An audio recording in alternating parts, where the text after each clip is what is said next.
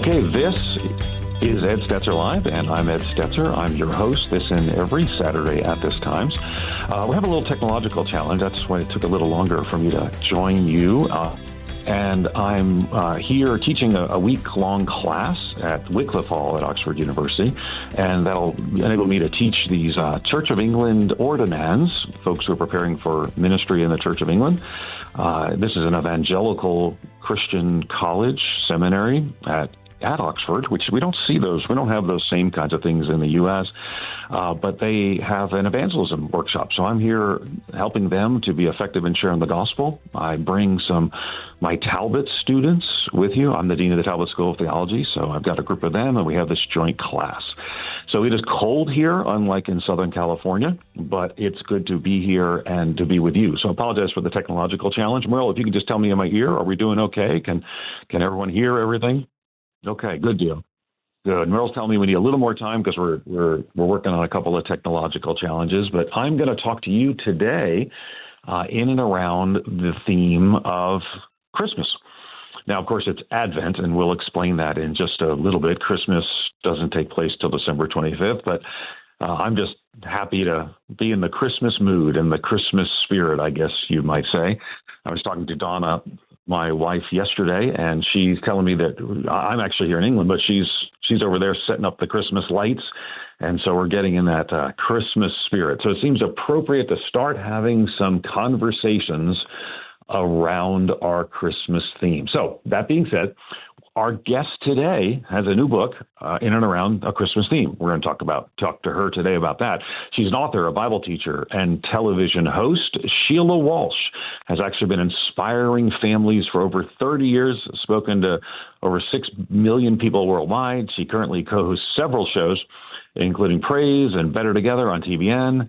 And her books have sold nearly 6 million copies, including It's Okay to Not Be Okay, Praying Women, and The Hope of Heaven. And today we're talking about her new book called The Little Drummer Girl, which is just out for the Advent season. Sheila, thanks for joining us on the program. Ed, I love talking to you. You're one of my favorite people to ever be interviewed by. Oh, you're super fun. I wish technologically I wasn't having difficulties. As you might have heard, I'm here in the UK. You're close to where you're from. Well, then you need to go to Marks and Spencer's and get a Christmas cake. Okay, there you go. That's Marks and Spencer's. You're going to kind of make fun of me, but I love going to the train station and getting those little sandwiches, those Marks and Spencer sandwiches that, and I love them. I know it's like 7-Eleven food, but I think they're great. No, I absolutely agree. When I was a student at London Theological Seminary, that was my go-to meal. So tell us a little bit about the book, The Little Drummer Girl, to help us get started. Well, it's really, the reason I wanted to write it was I feel like there's something about, particularly the culture in America, where we assume that all our kids should go to college and do really well, that there's certain jobs that you should aim for, that there's certain things that we categorize as successful. And I kind of wanted to fight against that a little bit, in a broken down way for children. But just the main character, Isabella, is convinced that if she got what she considers the main part in the nativity play, which would be the angel, because she would actually have lines, that would be, she would be the star of the show, and discovers that she doesn't get that part.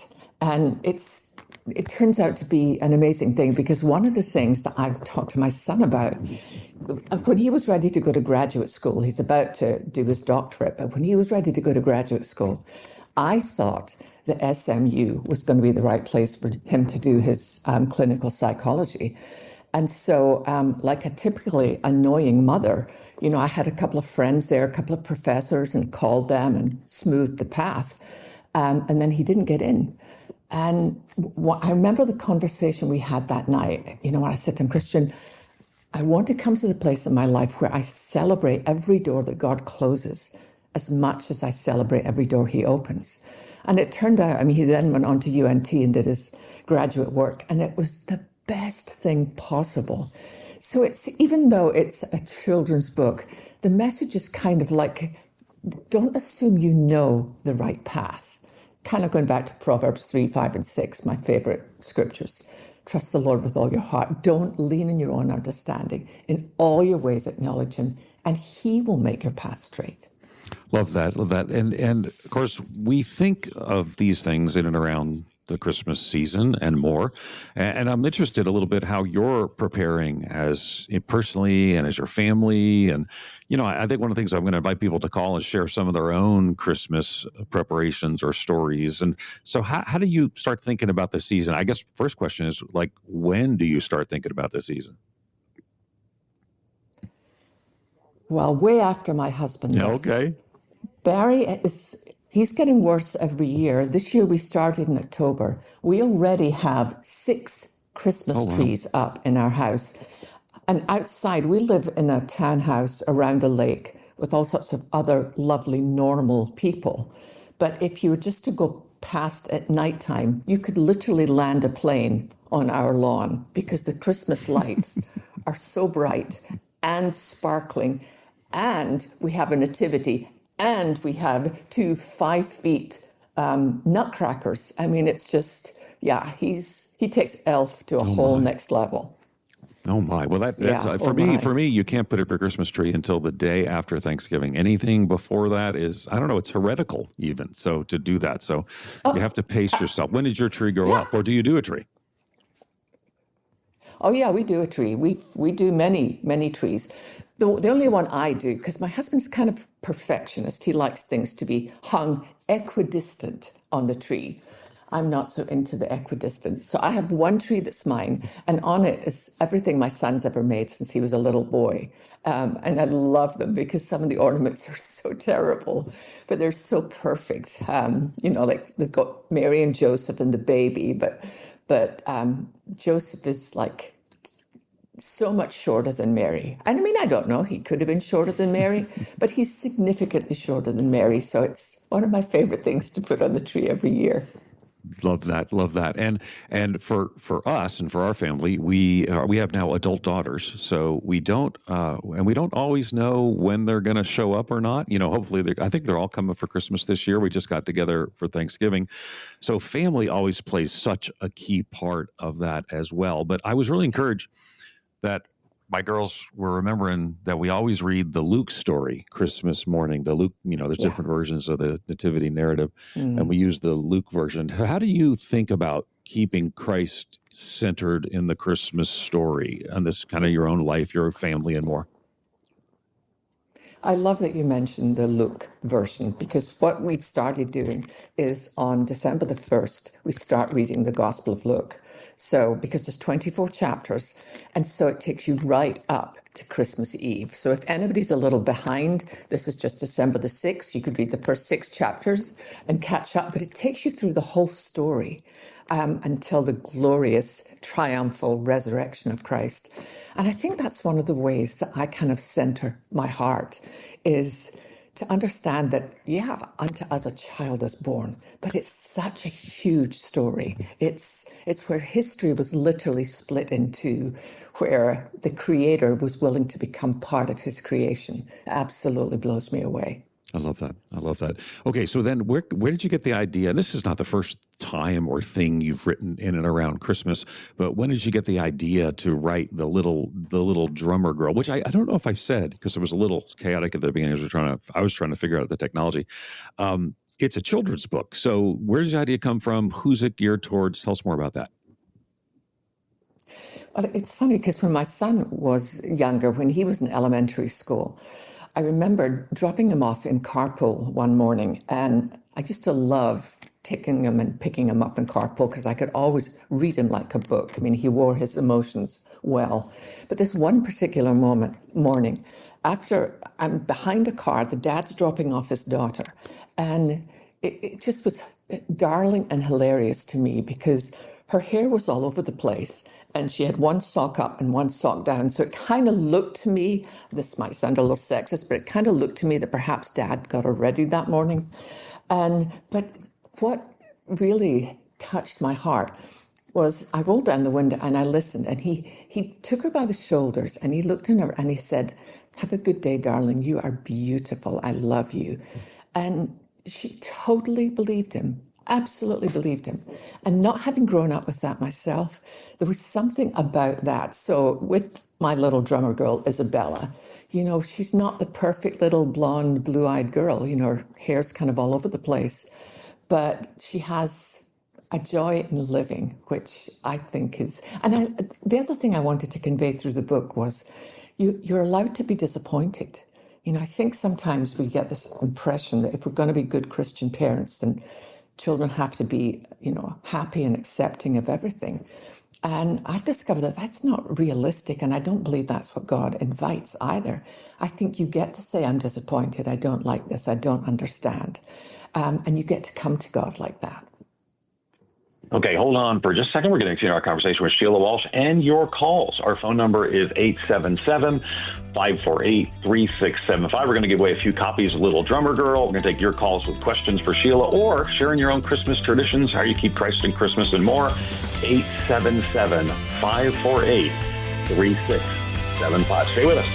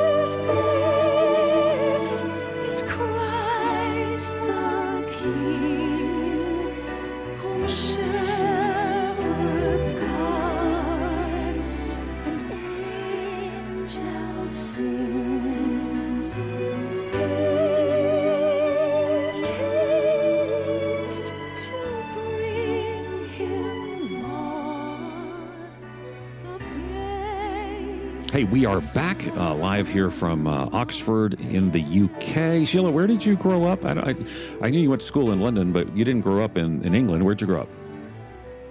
No, I grew up in a small town called Ayr on the west coast of Scotland. It's a small fishing town. It was a lovely place to be from, very, right by the ocean. I used to go down in the morning and watch the fishing boats come in. And it was a big farming community. And my mum was a farm accountant, which was excellent because it meant she did the books for the farmers and the shepherds, which meant I got early access to watch the spring lambs being born. That it was a pretty lovely place to grow up. I guess so. It's super fun. Of course, for a lot of Americans, we don't know that Scotland and England are separate countries in one nation. It's all kind of confusing to us. It should be simpler than that, but the UK is, it's interesting. While we're having technical difficulties, the joy of live radio, but the fact that you're doing it from Oxford is just absolutely brilliant. But let me share just one of my very favorite Christmas memories. And to me, it summarizes what the whole point of the Advent season is about.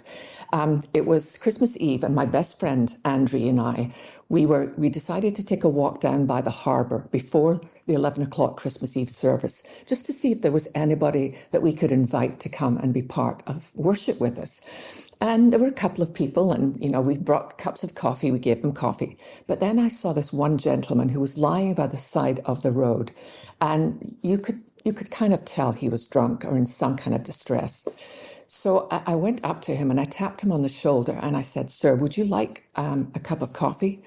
And as he turned his face toward me, I knew him. I recognized him. He used to be part of our church. He used to be part of our choir. He had a beautiful singing voice, but somehow through that beast of alcoholism, he had kind of lost his footing. And I said to him, "Hey, it's me. Why don't you come with me?" And his thing was, "There's no way. I cannot walk into the church like this." So I said, "Okay, here's the deal.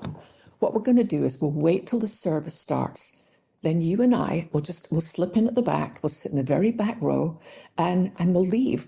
Right before it ends, you and I will slip out." And I'll never forget that service, sitting beside this darling man. And during the singing of the Christmas carols and things, just these tears pouring down his face. And I remember just kind of putting my hand on his shoulder and just quietly praying for him. "Lord, this is one of your lost lambs." And after the service, he and I slipped out and he disappeared. Well, 2 years later, when I came back from seminary for my Christmas Eve service, there he was in the choir singing the solo. And I thought, that is the absolute message of Christmas, that it doesn't matter where you've come from, it doesn't matter what you've done, it doesn't matter how badly you have failed, you are invited to come. There's always room at the table. And so to see the way that God can restore a life, and I think that would be my prayer for every single one of your listeners, Ed, that I don't know what kind of year 2025 has been for most of them. I personally have found it really, really difficult. I have struggled this year. But one of the things I love is that I cannot count on my emotions, because emotions do not have brains, but I can count on the word of God.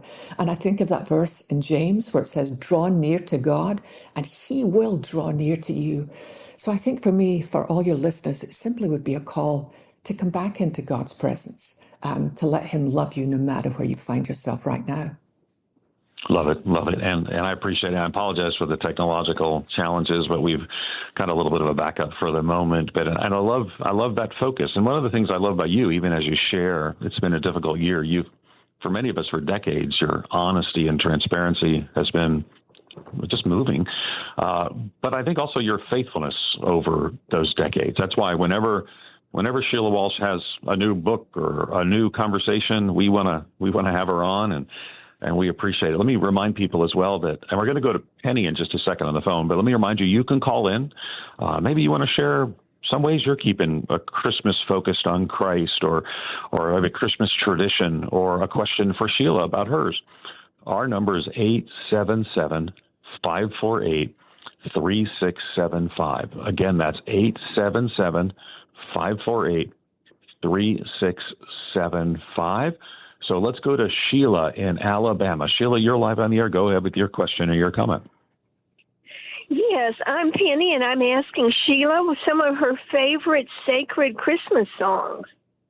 Oh, I love that. That's a softball for you, Sheila. So what do you think? I love that. And honestly, one of my absolute favorites is Silent Night. And I'll tell you why, because it was written as a poem in the 1800s. A young Austrian priest wrote this as a poem.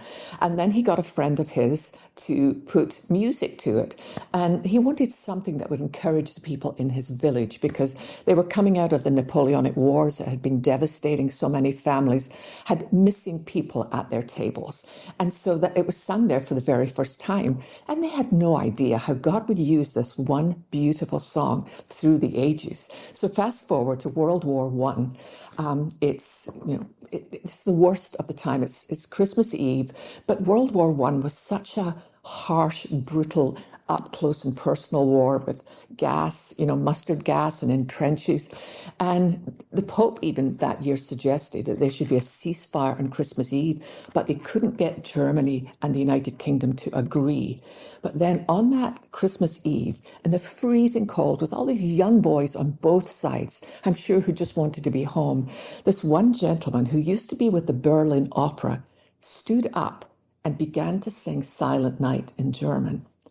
And one or two of the British soldiers over there said Hey, there was folks, just silence Vince across Stetzer here this of Ed vast Stetzer Live. space. At this point, there's no hiding it. Suddenly, We've got because they some recognized the technical tune, but they didn't know problems those words. that are holding us up for But then, just a bit. after he The good had news, sung we got for our a while, top the people British working soldiers on joined in this. and So our began team to will get sing it all in straightened out, English. and hopefully really And it was soon. like, Now, don't go this away one and do hang gentleman said it on was to that as if question, for those comment you wanted to few share, moments, or there was stay a with us on the ceasefire. program, but there is a And I pause in think, the wouldn't that action. be our So prayer let for me everyone for give you a couple of Christmas? thank There yous would be first. Thanks for ceasefire in listening. our own souls. Just know we've got friends There's like so you, so much big that's not encouragement. right Don't and be not good. discouraged by the But every current time I sing moment Silent of Night, I think technical of that young challenge. German officer Second, thanks standing for up calling in with your on a questions and battlefield on a listening freezing more and cold having a night conversation to with us. We sing love about the listening true to and meaning of encouraging Christmas. people like you.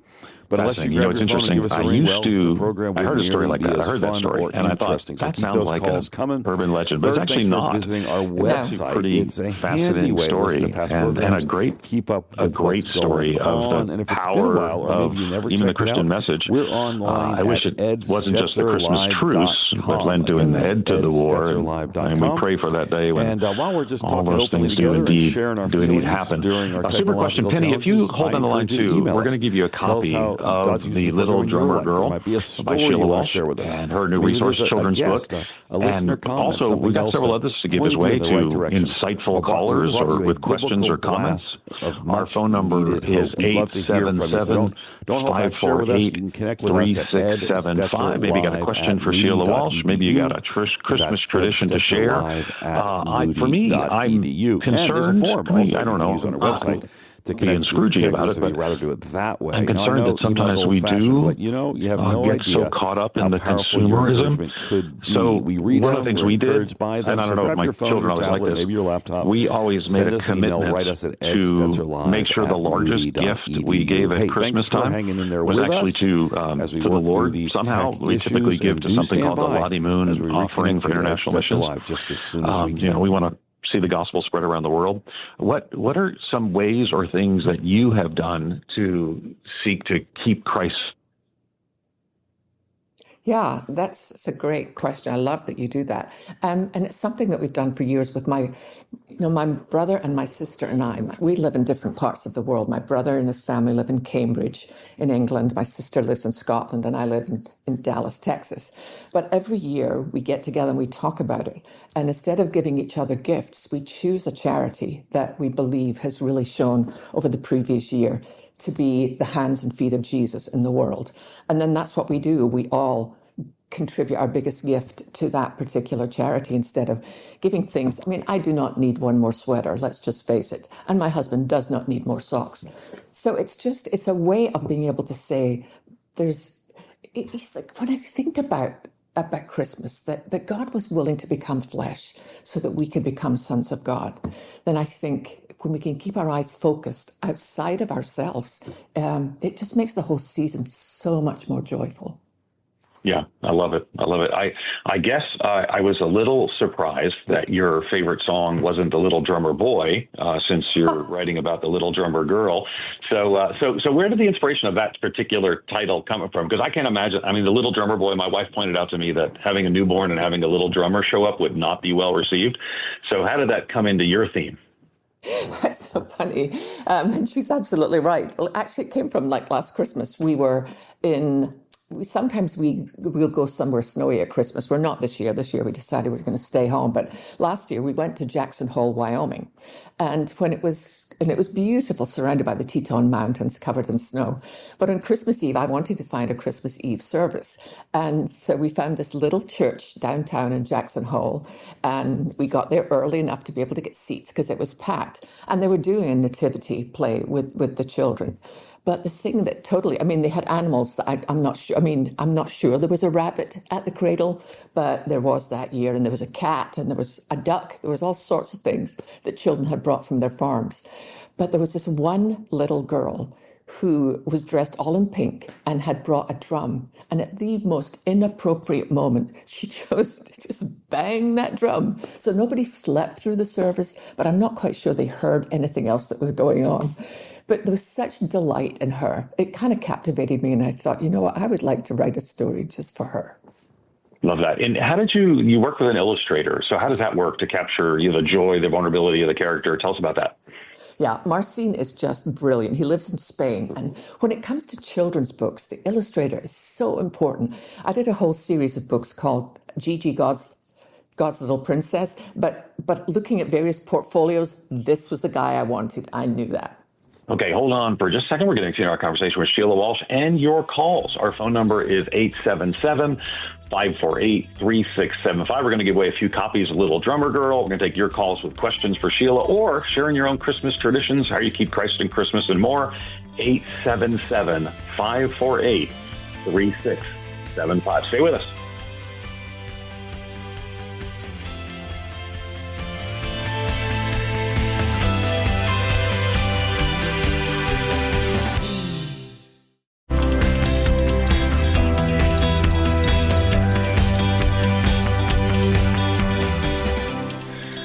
Okay, we're back. Ed Stetzer Live, and we're continuing our conversation with Sheila Walsh. Sheila's got a new book called The Little Drummer Girl.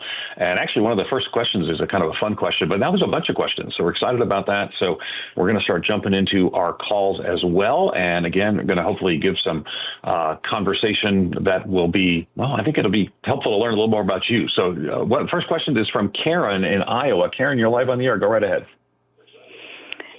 Hello. Go right ahead, Karen. Okay. I was just wondering if you, Sheila, still make music CDs? Well, first of all, hold on, Karen. I'm going to give you a copy of Sheila's book, The Little Drummer Girl. And I don't know, do people make CDs anymore, Sheila? I'm not sure, but talk to us about your music and CDs and more. Yeah, I'm sure what she's wondering is, do I still record? And I haven't done a project since 2020. In 2020, just before COVID hit, I had gone into the studio and recorded a new project called Braveheart Worship. And I think probably the day it was about to be released, the world shut down. So that became a bit of a challenge. But I still do, when I go out and speak at events, I'll often, you still use music woven into the message, because there's something about the power of music that bypasses all our arguments and all the things that we don't agree with and just goes kind of straight to who we are. So thank you for asking that. I appreciate that you even knew that about me. Oh, Sheila, I grew up with your music, so it was amazing. So it is amazing. So I love that. I know I could quote songs to you, but I probably shouldn't do that because that make me sound like too much of a fanboy across the pond today. All right, let's go to Kathy in New Hampshire. Kathy, you're live on the air. Go right ahead with your question or your comment. Thank you for taking my call. Sheila, I have followed you for many years, and I thank you for taking my question. I'm in a very new season of my life. I moved from Colorado to New Hampshire 6 months ago. Everything I own, 98% of it, is in a storage unit. I don't have my own house anymore. I live in a room. I rent, and my husband is in a nursing home an hour away. My sons are over an hour away, but I do see them. How have you ever been in a season where life is just so different, and what would you say to do to maintain a joyful holiday spirit? Now, I read books. I have a wonderful devotional I read this morning. I began singing all morning and singing carols because all my CDs were somewhere in my storage unit, so I just sang them from memory. And I'm trying to find people who I can bless them for their Christmas and help them with buying gifts for their children. Any other thoughts?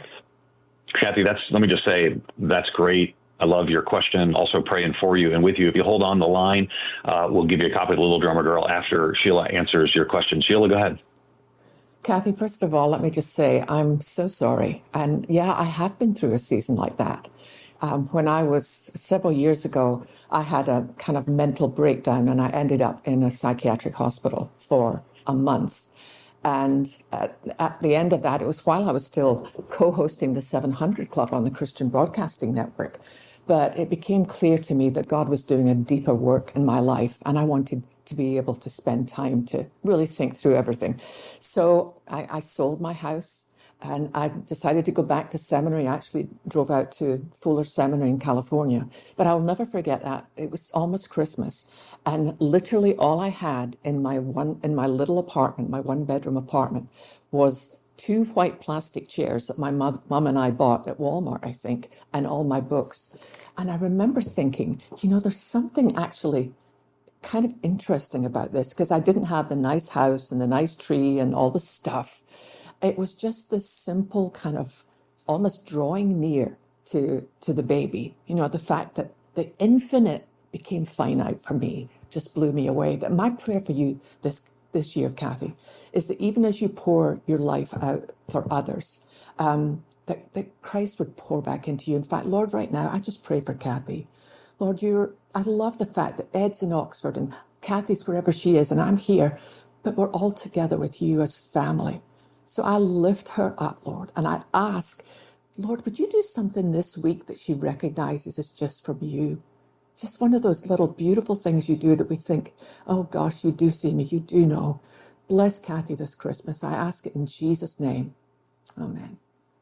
Oh, Phil, I appreciate you praying for Kathy as well. And Kathy, I join in that prayer on this difficult season. And I also know, these holidays can be it can be a challenging time in a lot of ways personally. For me, last year at this time I was here teaching. I teach every December at Oxford, this 1-week class at Wycliffe Hall. And last year I was planning to go to Egypt with my father on a kind of his bucket list trip. And he texted and he said, I'm not feeling well. And we kind of canceled the trip and found out he had cancer and he died a couple months later. And this Thanksgiving is the first time my family's been together since my dad died. And there's also the loss of the families at the holidays. You feel some of these things. So holidays can be a great time of joy, but also can be a season that we might need additional support and encouragement in the midst of those times. So thank you, Kathy, and we'll be praying for you. Let's go to Eric in Wilmington, Ohio. Eric, you're live on the air. Go right ahead. Hi, how are you doing? Good. Go right ahead with your question or comment. Well, my comment was, you guys were just talking about the Little Drummer Boy song and how a little drummer boy showing up with a new babe wouldn't be well received. And I just wanted to express how I have been singing this song for days now, preparing to sing it for my church. And as I sing the words to it, the story unfolds in my mind. And this isn't just a nuisance showing up. This is a little boy who had nothing to offer. So he brought the only thing that he could possibly bring, which was his music. And he brought that wholeheartedly with absolute faith in that it would be received. And as he played, Mary nodded her acceptance to let him play. And as he played, the oxen and the sheep drummed out or stomped out the rhythm, and it was like a divine orchestra playing with him. And he played his very best, as best that he could possibly do. All right. As an offering. Eric, and I love your defense, your passionate defense of the little drummer boy. You're singing this at your church. Yes, I will be here in another week or two. I'm not sure exactly when yet, but I've been practicing it in preparation. But well, I want you to sing it with all your heart, brother. Story. Yeah, it's a great story. It's a great story. We love the story too. The humor there was my wife, when we had our first child, said maybe a little drummer showing up right after the baby was born wouldn't be the most helpful thing for sleep. But I appreciate your passion about the little drummer boy. And if you'll hold on the line, we'll give you a copy of the Little Drummer Girl to bring out, so you now have the Little Drummer Boy you can sing and the Little Drummer Girl that you can read as well. Love that. Esther in South Dakota, you're up next. You're live on the air. Go right ahead with your question or your comment. Hi. When I was little, I grew up on a farm, and my dad was a pastor of a small church. We had a family service on Christmas Eve at 4 o'clock, and then after service was over, 5:30 or so, we would gather together and go from farm to farm and sing carols. Then as I grew older, we moved into town, but we did the same thing, except that we would have our own service, and then we would go to another congregation. We would visit 4 different services and be out by 9:30. And we would carol some more, and we would end up at the Catholic Church for midnight mass. That was our big Christmas. Each day of the week after that, until Epiphany, we would do something special for somebody else. Then on Epiphany, when the wise men are acknowledged that they brought their gifts to Jesus, that's when we exchanged our family gifts. So it was like we had a big super Christmas, and then we had a little Christmas later. And that was always super special. And it always seemed to us that when the wise men came, since Herod was going to kill all the babies that were 2 years and younger, some of that must have been allowed for travel time, but Jesus might have been sitting up, 8, 9 months old, 10. They love to bang on things. They love to play little drums when they're, little people. So it could have been that the little drummer boy played with Jesus. We don't, we don't tell that all together. Super. Hey, I love the Christmas stories, Esther, and I love us leaning into that conversation and more. We're going to continue with Sheila Walsh in just a moment. Oh, by the way, Esther, if you'll hold on, I'm going to give you a copy of The Little Drummer Girl by Sheila Walsh. But call us. Again, maybe share your Christmas stories, or you got a question for Sheila Walsh. Our phone number is 877, or if you want to defend The Little Drummer Boy, our phone number is 877-548-3675. That's 877-548-3675.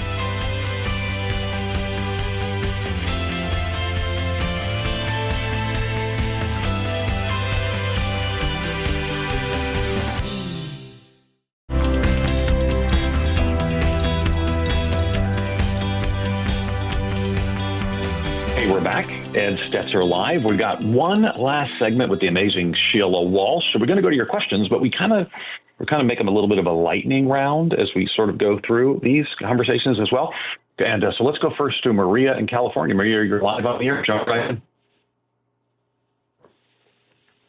Hi. Okay. Maria, we'll come back to you in just a second. Let's go to Elizabeth in Blue Ridge, Georgia. Elizabeth, you're live on the air. Go right ahead. Hi. Thank you for taking my call. My question is simple, but I would like to know if there is any Christ-centered tradition, Christmas Eve or Christmas Day, and any food tradition that Sheila practices as well.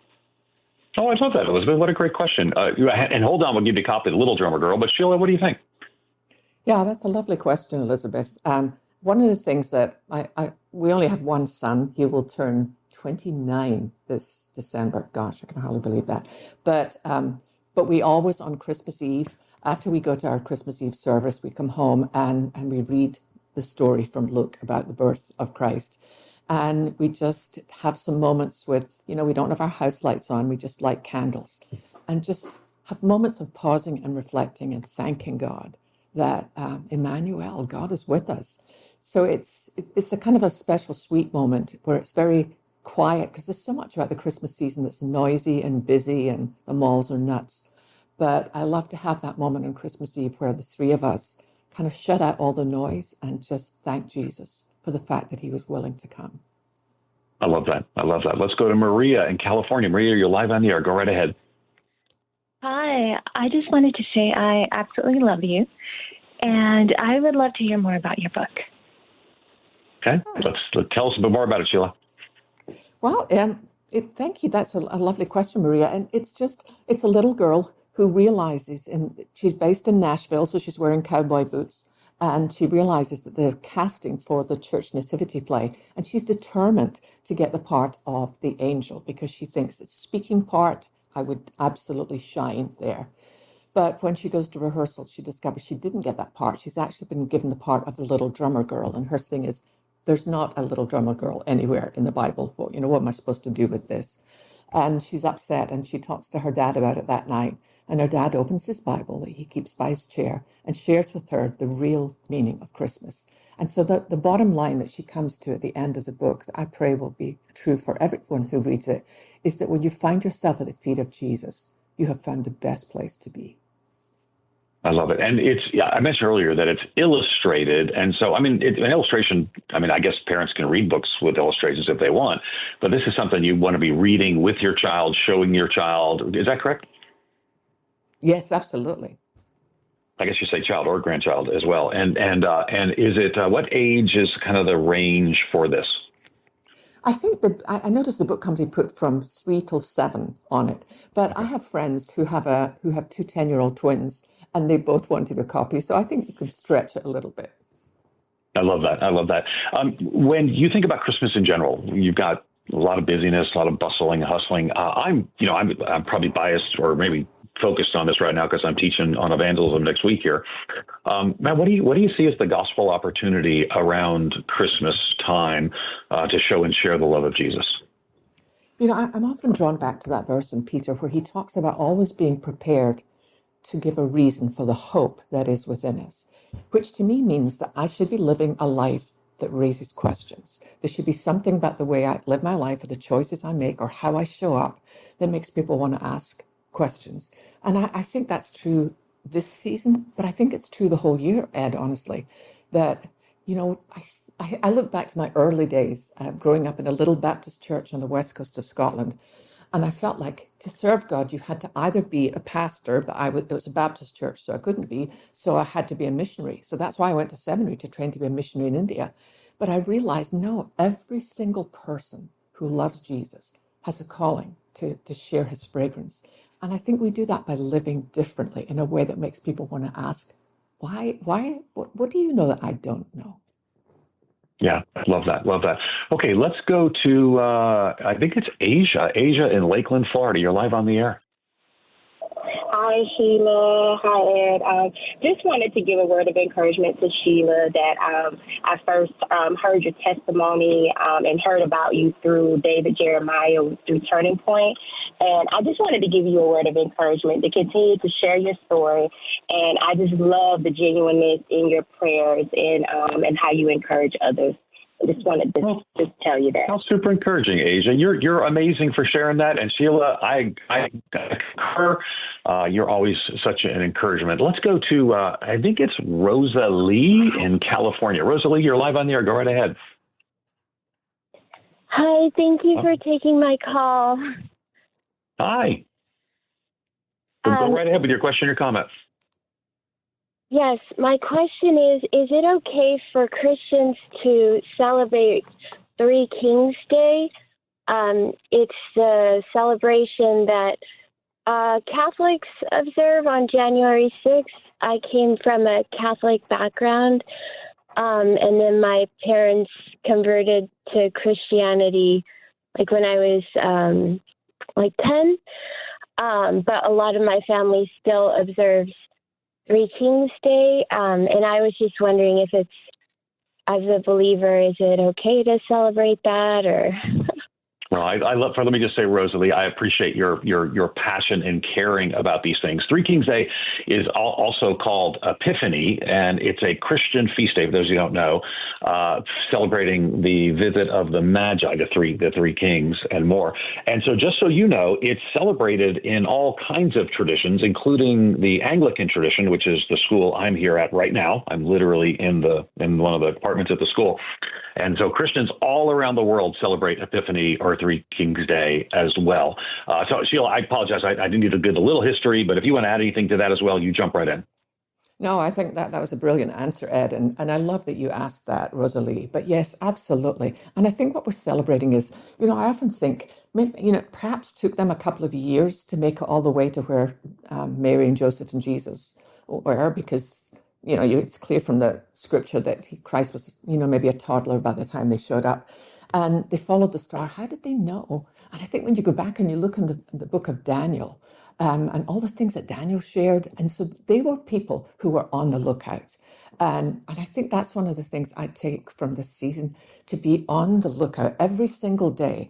I pray this prayer: God, give me eyes to see what I would miss without you, and give me ears to hear what's really going on. So I think celebrating Epiphany, Three Kings Day, is simply saying, Lord, give me eyes to see what you're doing. Yeah, and I love just the whole story of the Magi. It's, first of all, we call it Three Kings Day, but we don't know that there were three. I think probably everyone's heard those lists of things that may not be true. But I love the fact that it's an early on picture that Christ is actually for not just the people of Israel, but he's ultimately for all the nations. And so these three kings from the East, it would have been a real shocking thing to first century people to read that people from another world, a not of Jewish background or heritage or belief. I love it. Just reminds us that Jesus indeed came for all people, and I just think that's such an important picture for us not to miss. Okay, let me see if we get any more calls here we can put in here. Let's go to Shirley. Shirley, you got your last call, but you got to be really quick. You're live on the air from Florida. Sure. Thank you so much for taking my call. I have a new granddaughter that loves to actually play with the drums, and I thought, this would be a nice gift for her to give that book. But also, I just heard that you said you're from an Anglican church. No, Sheila's from a Baptist church, but we're about out of time, Shirley. So let me just have you share a little bit about your own journey, Sheila, and about your own Christian faith, and then point us again, ultimately, to the Little Drummer Girl. We got about a minute left. I was raised in a Baptist church. My family have been in that church for generations. When I was in seminary, I was part of an Anglican community. Honestly, what I look for is a place where they love Jesus, where they teach the infallibility of the Word of God, and where they care for their community. And I think when you find that, you've found a church home. Love that. Well, good. Of course, what exhortation would you have for people if they're going to get the book in just 20 seconds? What would it mean for them? How would it be helpful to them? I just think it would be a lovely moment to be able to sit with your family and read through a story that will make you laugh, hopefully, but in the end, bring you back to what the whole point of Christmas is. Love that. And we appreciate you, Sheila Walsh. Let me thank Sheila for being our guest, even some of our technological challenges. Thanks for sticking with us, all of you. Thanks to our behind-the-scenes team here at Moody Radio, producer Karen Hendren, engineer Merle St. James, associate producer Lisa Gempy, and Cheyenne on the phones. Remember, you can always go to edstetserlive.com to get information about the book and more about Moody Radio. Thanks for listening.